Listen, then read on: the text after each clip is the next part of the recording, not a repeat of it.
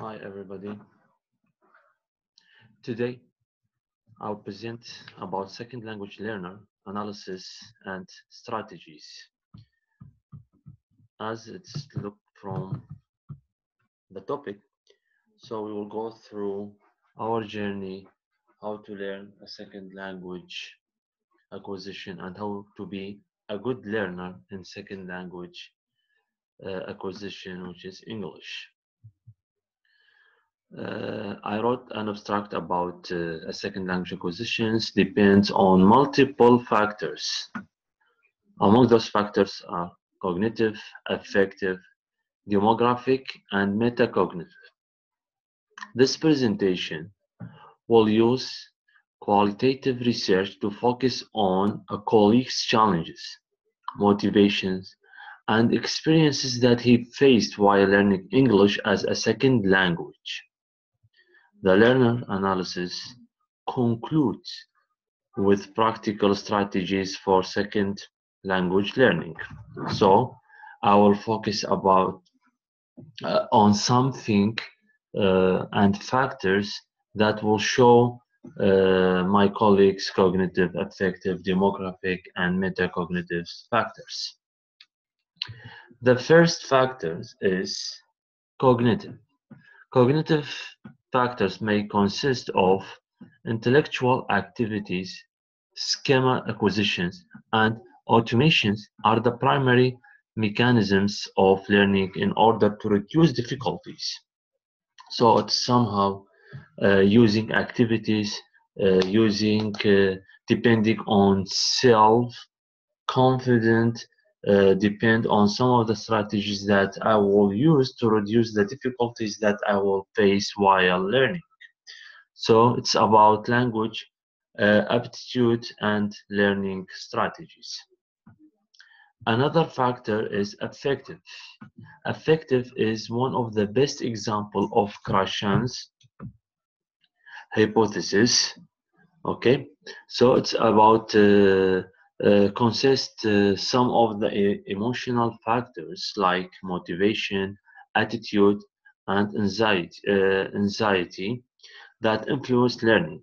So these factors have the ability to influence the learning processes in both positive and negative way. With learning, sometimes we are facing challenges, and at the same time, those challenges maybe will help us to choose the right way that maybe we will succeed in our learning. Another factor is demographic. Demographic focus on importance of target language in country, need for second language, and culture perceptions of L2.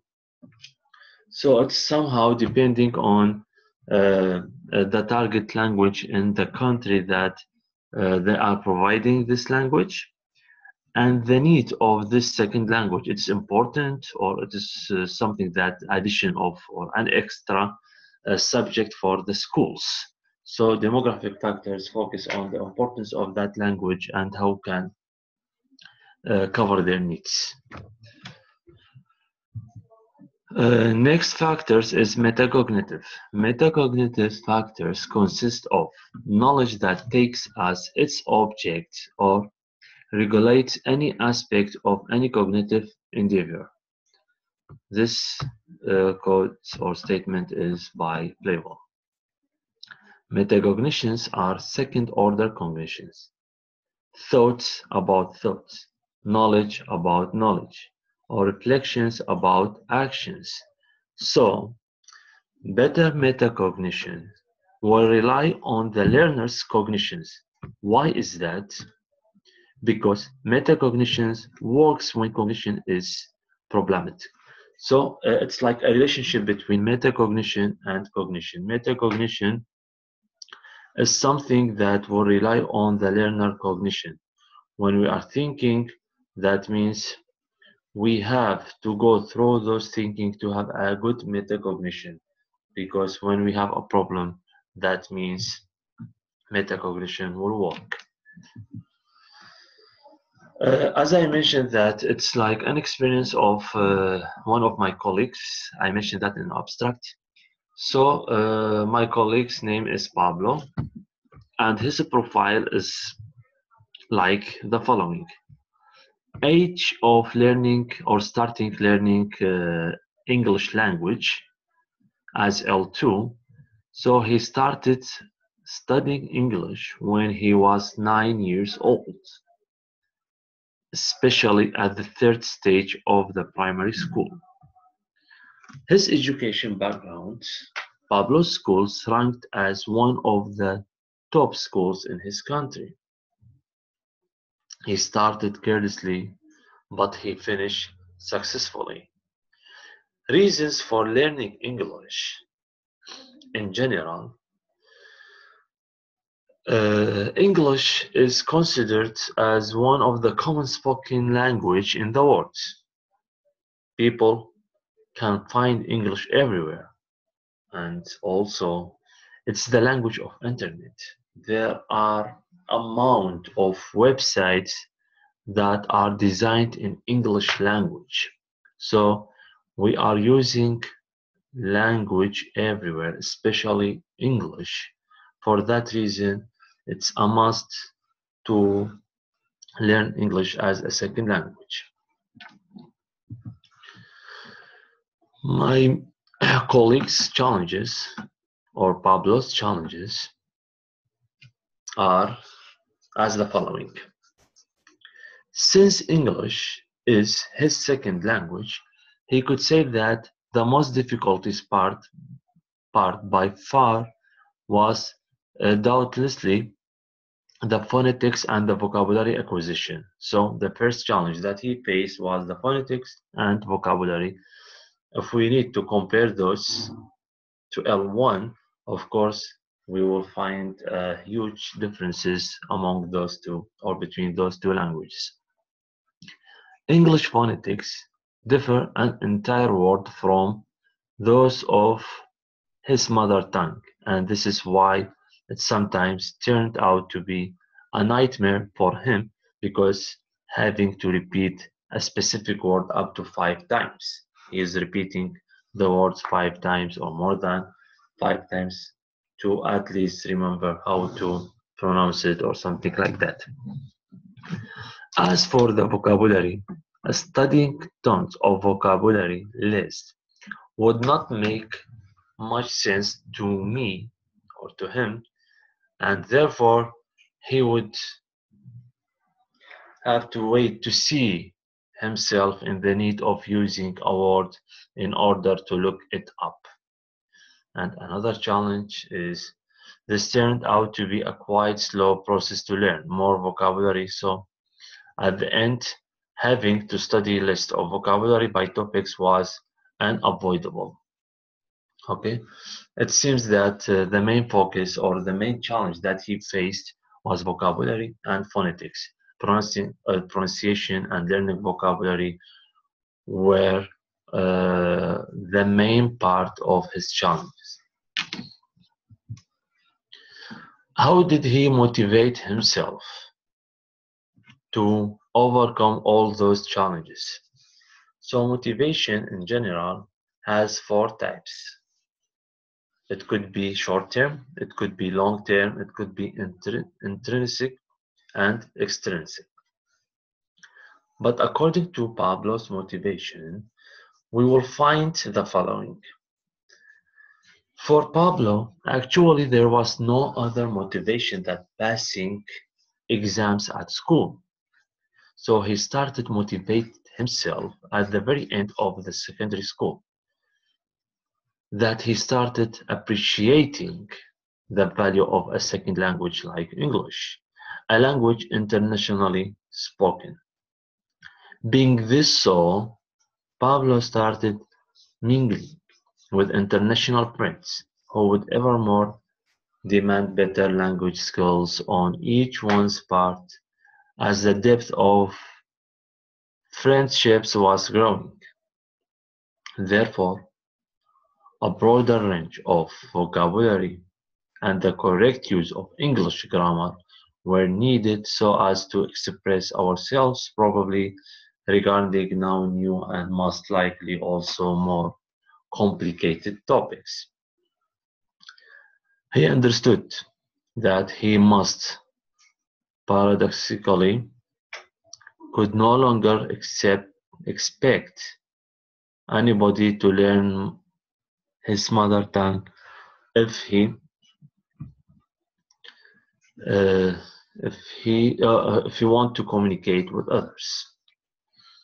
So those are many of many motivations that he used while learning. So in general, learner analysis. If we need to see Pablo's case with learning English, was he successful? If yes, why? If not, why? In my opinion, I would say yes, because he started encouraging others to learn further languages, consist on the fact that by learning other languages. So he's encouraging others. He's telling others you have to learn this. So I consider this point is one of the successful points that he uh, he achieved to help others to learn language, English language. He felt happy when he realized the importance of L2, which is English language. I think that the only one who can claim to be successful is the one who happily is capable of conveying his or her message while he or she is still able to grasp the real sense of others' messages. We will continue with learner analysis. How did motivation and reasons play into his or this success? Several times a week, I would exchange emails with friends living abroad. However, even though all correspondence would take place in English, most of the addresses were not native speakers, but rather also young students like me, which is Pablo, trying to improve their second language by practicing. What weaknesses does he still have? How could he have avoided those? As I mentioned before, and he mentioned before, that phonetics and vocabulary acquisition were his weaknesses, but he overcame them by good practicing. We need to move to another part of my presentation, which is practical strategies. With the practical strategies, I have to answer this question. What are language learner best practices for learning language? In general, learning vocabulary. So the most important thing that we have to take action is learning vocabulary because it's considered as a core of the language. We also have to follow teachers' rules when they are designing lessons to involve language skills such as reading, writing, speaking, and listening. And finally, we have to daily practice of those skills. That means learning vocabulary is a must, following the rules that are designed by teachers through their lesson plan to involve language skills such as reading, writing, speaking, and listening. Without practicing, we can do nothing. So, daily practice with speaking, daily practice with listening, daily practice with reading, so we can work on the mistakes that we will have to avoid them in the future. Most truly, I have not stopped speaking my second language since I left high school. I speak my second language on a daily basis at my workplace. I only stopped speaking my second language for a year and a half, since during this period I focused more on my third and fourth languages. How does this apply to language teacher? How can teacher use different strategies that can help learners to involve this L2? So teachers should have a good knowledge about their students' backgrounds. Teachers should respect learners L1 to enhance their L2. And then they have to care about students' needs and providing daily exercises of the language skills. In general, that means a good teacher will create a good learner by knowing their background, by respecting their L1 to involve or to enhance their L2, and then to care about their needs, and finally to provide daily exercises that will support their language skills. This was my presentation. I hope that you will get benefit, and I hope that I did well with this presentation. Feel free to ask questions, email me so I can provide more details about this, and those are the references that I used, many type of references. Then thank you very much and have a good day.